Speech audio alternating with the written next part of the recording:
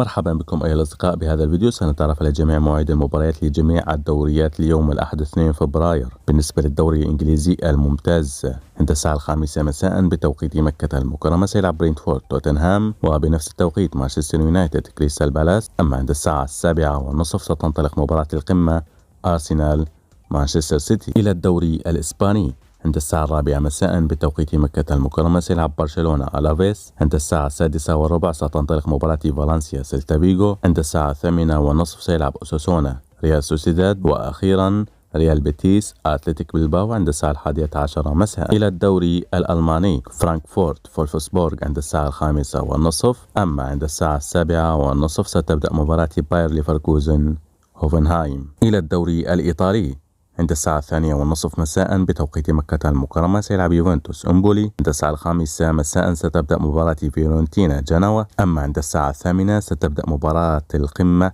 مباراة الديربي بين ميلان إنتر ميلان. وبعدها سنشاهد مباراة أخرى قوية بين روما ونابولي عند الساعة 10:45 مساء.